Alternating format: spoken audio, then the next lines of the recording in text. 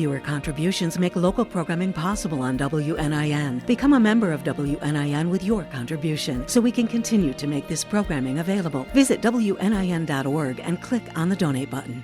There's been a lot of road construction in our area recently. We'll get updates from the Indiana Department of Transportation, the Lloyd for You project, and the city of Evansville. That's next on WNIN Newsmakers.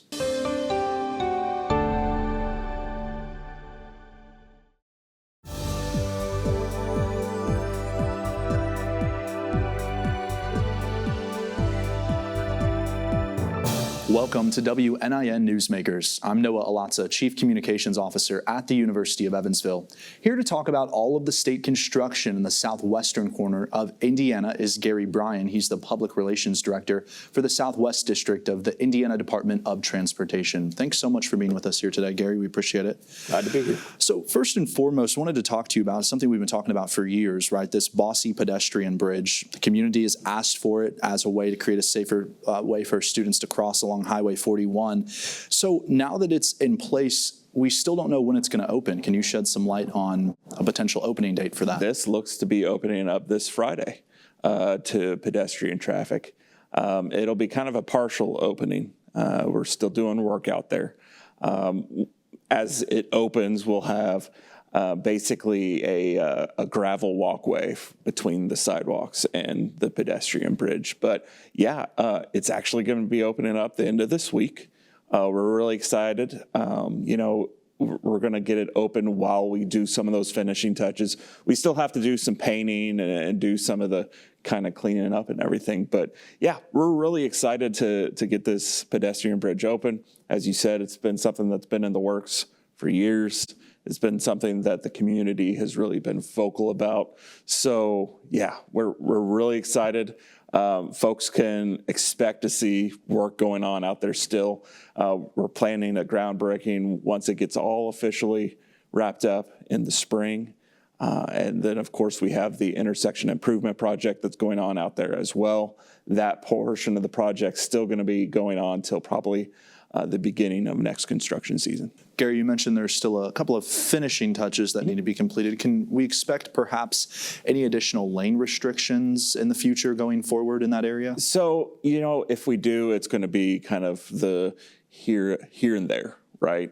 Last week we had one for in the morning of Thursday, I believe it was. So kind of that kind of lane restrictions, not the full, a few months worth. A lot of what we've got to do is the painting, is putting concrete down, and that right now we just can't do it because outside of this week the temperatures are usually pretty cold and we can't have the concrete set. So those kind of things. Gotcha. Well, it is an exciting project, and we know it's been years in the making, so it's nice to kind of see it come to fruition. Yeah. I want to switch gears though now and talk with you about the I-69 Ohio River Crossing project. Right, back in September, we had state and local leaders here for a groundbreaking. That interchange has been called a game changer for this entire region connecting Indiana and Kentucky.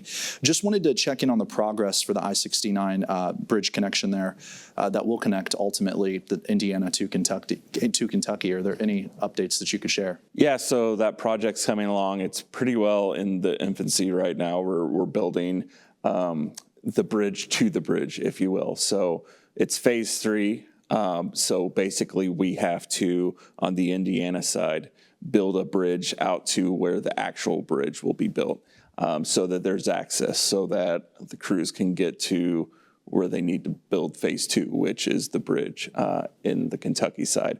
So yeah, the project's coming along pretty well. Again, we just broke ground in the summer, so it's still getting there. But yeah, we're excited for it. It's a project that's going to be going on for a while.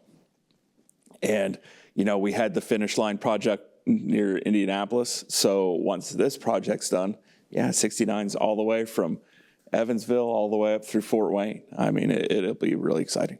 When do you foresee the bridge being completed, right? And what's the estimated timeline right now for folks at home who might be curious? Yeah, so I know that it's a few years. I believe phase 3 is something like 2028. Obviously, a big bridge project like this, it's going to take some time. And even now, it kind of depends on if we get a rainy summer, right, or something of that matter. So, yeah, it's going to be a few years. People can expect to see some work out there for a while. Talk to me about some other state road projects that are going on in the area for viewers at home. Yeah, so I think the one that everyone's probably really familiar with right now, outside of the Lloyd project, which my friend Nicole will be talking about, but is the project US 41 right here in Evansville. We're doing a complete rehabilitation project for the roadway there. Right now we're on the middle, working on the median of the project. So we're down to 2 lanes in both directions. That project will continue through the winter, and as we get done in the middle, we'll be working on what it be the southbound lanes of traffic. So everybody will be shifted to the northbound lanes, kind of opposite of what everyone experienced in the summer. So we're excited about that project. That project should be wrapped up before the Lloyd project kind of gets to the middle, right? Gets to where everything's kind of in city limits. So we're hopeful everything will kind of work out that way. That's really the big impact here. We've had a couple of reduced conflict intersections. We've actually just finished the one up at Hillsdale Road, northern Vanderburgh County. That's where we utilize a median U-turn to do left turns. Really excited to see how that one comes together as well. Gary, can you talk to us a little bit about what the Safe Zones pilot program entails? Yeah, so this is a new program that INDOT is doing. This is something that we got approval from state, Senate, and House. It's a bill that had to go through both and through the governor. Basically what this is having cameras in select work zones to monitor speeds. Right now we only have one. We just announced a new site, which is our Clear Path, so 465 and I-69 in Indianapolis. And basically, this is our attempt to try to slow people down in work zones. We have been trying to do this for years, and this is just another tool to be able to do it. The thing we want to tell people is that, there are cameras in the work zones. Basically, it's about 11 mile an hour over the speed limit is when you would get a ticket, essentially. The first time you get a warning, next time you get a ticket. But what we're trying to do here is slow people down. We're not trying to make money or anything like that. Any tickets that come from this actually go to the general fund. They don't come to INDOT. The whole point of doing this is to slow folks down. You mentioned that camera up in Indianapolis at the I-69, 465 interchange. When will they be deployed across southwestern Indiana? When can we expect to see that? So in due time. The important thing for INDOT is to do this correctly. We don't want to just throw these out willy-nilly and make it hard for folks. We want to install these cameras where we have problematic work zones. So 465, I-69 is heavily traveled. So we want to make sure we get it right as well. In the next months or years, we'll have those in the area. Let's switch gears now. We are approaching winter, winter driving season, of course. Could you just share what are some safety tips that INDOT would like the general public to know as we head into the colder months? Yeah, obviously, snow, ice is going to be an issue. Be prepared. Make sure you have a winter preparedness kit. And just be aware of the weather conditions before you head out on the roadway. Make sure that you give everybody a little extra room when it's snow. Make sure you don't crowd the plow when our plow drivers are out. And then how can people learn about the road conditions or any alternate routes as we approach winter? Yeah, so encourage everyone to use TrafficWise. That's our app. You can go to 511in.org or on your app or Google Play. Get it on your phone. You can see weather conditions. You can see cameras, road conditions. You can see cameras from our plows. Everything you need to know before you head out on the roadway. And that's the same, right, for all road construction, same platform? Yeah, and you can do that during the summer, or usually the summer, right? It shows where all our construction is. You can see the most up-to-date updates there. With all the construction going on, I want to allow you this opportunity. What would your message be to folks at home who might be questioning, why so much construction, right? We hear it all the time. What's your message to them? Patience is always the first and foremost, but we want to make sure our roads are the best that folks can drive on. And sometimes that means, sometimes they overlap. We try to plan them as best as possible. We know this past year has been a bit of a headache for folks, and we just thank everybody for their patience and continued patience, especially on the Lloyd. Gary Bryan, the Public Relations Director for the Southwest District of the Indiana Department of Transportation, thank you so much for your time. Thanks for having me. Here to give us an update on the Lloyd for You project is Nicole Minton, Public Outreach Manager for the Lloyd for You project. Thank you so much for joining us, Nicole. Happy to be here. Appreciate you making time. So first and foremost, can you just explain for clarification overall, what is the Lloyd for You project? So it's a $150 million investment into the Lloyd Expressway. The improvements run all the way from Posey County line to the Warwick County line. We're looking at lots of innovative intersections to help ease some of the congestion and improve the safety along the project area. How is progress going so far? So far, we've had great luck with the weather, and things are moving on the schedule that we had anticipated. Nothing has been delayed. We're still looking at the projects that we anticipated completing in 2025. Those are all on course to be done as expected. So, so far, we're chugging right along. That's great news. We're continuing to hope that we stay on schedule. For sure. Let's talk about the west side, because headaches for a lot of people, and they're curious, Nicole, how much longer is it going to be down to one lane on that side of Evansville? Can you share some updates? It's going to be a while longer. We're working on building those lanes and widening the project on the west side.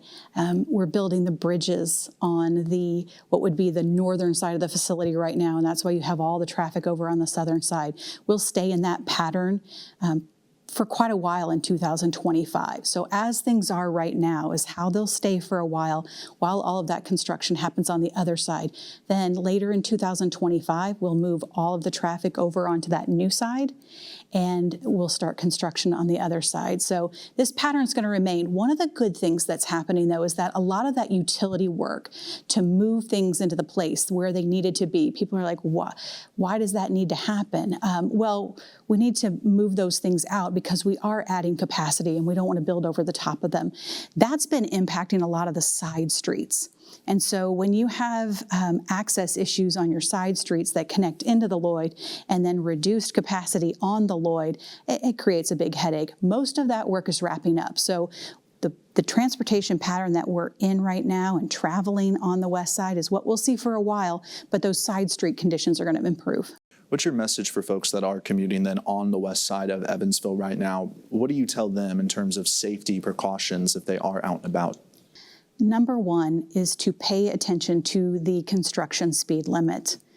So many people are used to thinking of the Lloyd Expressway as being their quick connection to places. And so just managing your expectations so that you give yourself a little more time in case there are delays, being patient, checking the TrafficWise map, which is an INDOT website that shows you exactly which intersections might be congested at the time, planning your trips for off-peak travel time, really, really helpful. We're approaching the colder months and winter weather could be upon us, right? So I'm curious, are there any designated alternative routes along the Lloyd or for the Lloyd, let's say, that could be used as a detour that you would prioritize for treatment then if there are some winter weather events that are going to happen? Yeah, so we've worked closely with our partners to make sure that we have a plan in place for when severe weather happens. And we have those snow events. We have a plan for how we move that snow out of the travel lanes, because it's really important that when you only have a couple travel lanes that we keep them really clear. And then giving priority some of those side streets that people typically use. A lot of people have figured out the alternate paths that they like to take rather than using the Lloyd Expressway. Making sure that those remain clear and ready to use is really important. A lot of folks will say, right, that you're traveling along the Lloyd and there's these stoplights. So I'm curious, as part of the project, I know that they've taken the stoplight out along Van. Are we looking at doing that along any other intersections along the expressway in the future? So Van is the only intersection that in this project was planned to have the traffic signal removed. The other intersection improvements that are happening, people are like, why are you putting more lights in? It's an expressway. Why not take them out? Well, some of the early plans for the expressway did include overpasses, interchanges. Those are really expensive to build. And as we've grown around the Lloyd Expressway, those are big impacts when you talk about having to buy businesses and impact those areas around those. So enter the innovative intersection, which is a new concept for Indiana, but is very popular in other parts of the country.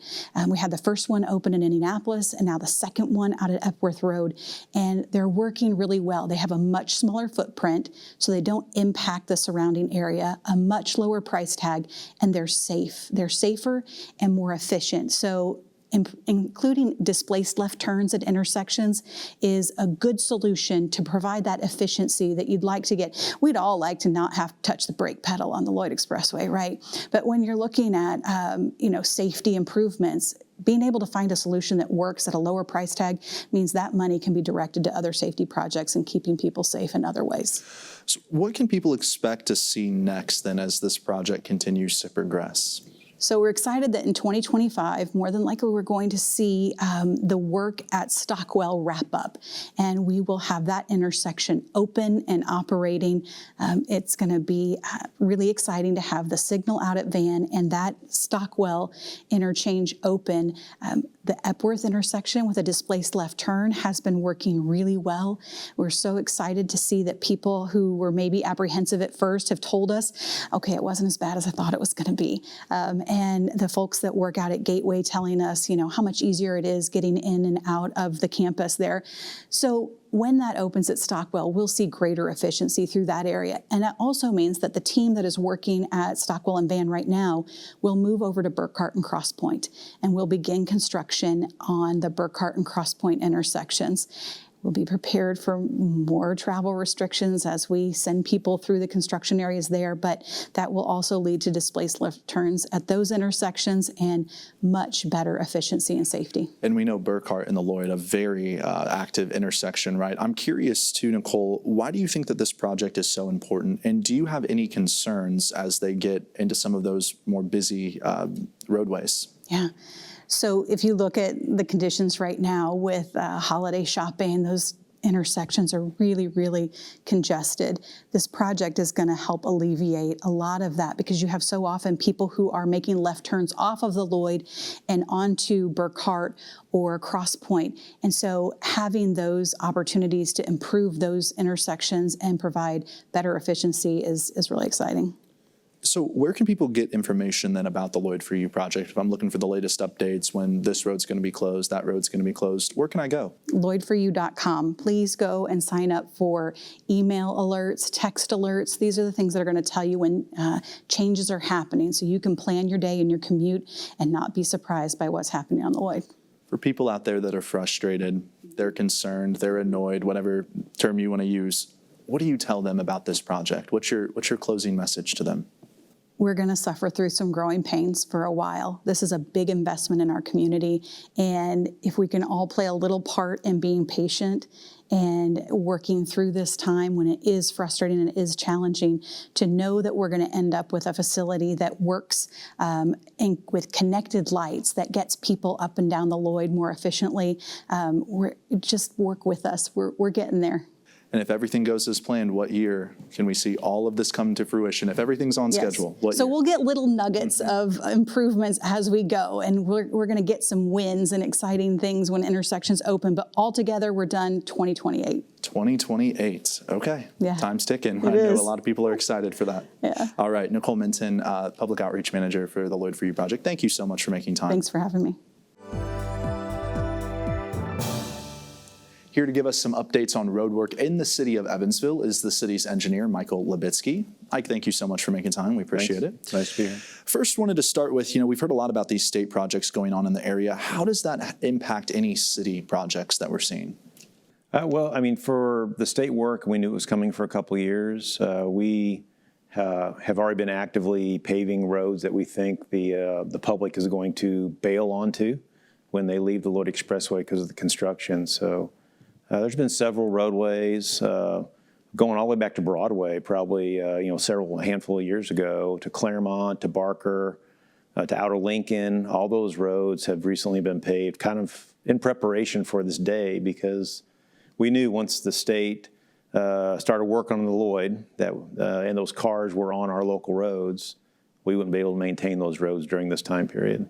We're thinking about, as we enter the colder months, right, winter right around the corner here, are there any designated alternative routes, aside from the Lloyd, let's say, or even perhaps the Lloyd? Any other roadways that you would prioritize for treatment during inclement weather? You mentioned some like Outer Lincoln, Broadway, perhaps. Are there any in particular, though, that you would prioritize? Not just for the Lloyd Expressway itself, the work on the Lloyd. We have designated snow routes, and actually all those roads that I just mentioned are all snow routes already. So they're already of a higher priority during the winter time. We often hear from people across the city, fix the potholes, fix the pothole here, there. If they have pothole issues, and granted we aren't necessarily in pothole season just yet, but if there are any issues on city-owned roads, what is your message to them? Do they contact your office? How would they go about reporting it? Absolutely. I mean, potholes can be very fast acting. So, while we are rolling the streets and we're looking all the time for that stuff, we welcome citizen input for that, to let us know what's going on. If a street's blowing up a little bit faster than we expected it to, that's good to know, because we'll get our inspectors back out there to look at it. As far as potholes are concerned, we'll forward all that to the city garage so they can get their crews out there to fill that pothole just as soon as they can. What are some of the projects that the city has completed recently? There's actually a lot of roads. From my perspective, we are paving probably more than we ever have paved before. This year was a very active year. We paved Outer Lincoln. Last year we paved portions of Green River Road, portions of Stockwell. We really did focus on streets that were immediately adjacent to the Lloyd Expressway. As I said before, Claremont, Barker, the Red Bank Road. I mean, the list is kind of, it's almost getting endless, which is it's a good sign. We're putting a lot of new blacktop down. I'm curious about some of the projects that are going on right now, and then if you could speak on the recent federal award that you all received to improve some safety upgrades throughout the city. Sure. So we're really excited going into 2025 as far as what we'll be doing. So we have some pavement project carryover from this year into next year, and then along with the new money that was in the budget and the expected grants that we'll receive from the state of Indiana, we expect to put down close to $7 million worth of asphalt next year. So it's a lot of work. It's probably more than what's been done in any consecutive two-year period in the recent past. So we're really excited about just continuing the upgrade and moving at a faster pace. Mike, can you explain for viewers at home, how do you determine when a road needs to be repaved, right? Who makes that call or determination? Yeah, so we really, we are driven by the data. So we do entertain citizen concerns, but we also look at the data for the whole corridor. The Metropolitan Planning Organization will run a survey, a digital LiDAR survey for us of every road in the system. So all 561 miles are surveyed, and it gives us data on the condition of the road, how many cracks there are, if there's depressions, if the wheel wells are starting to kind of belly out and hold water. All that data is given back to us from that organization.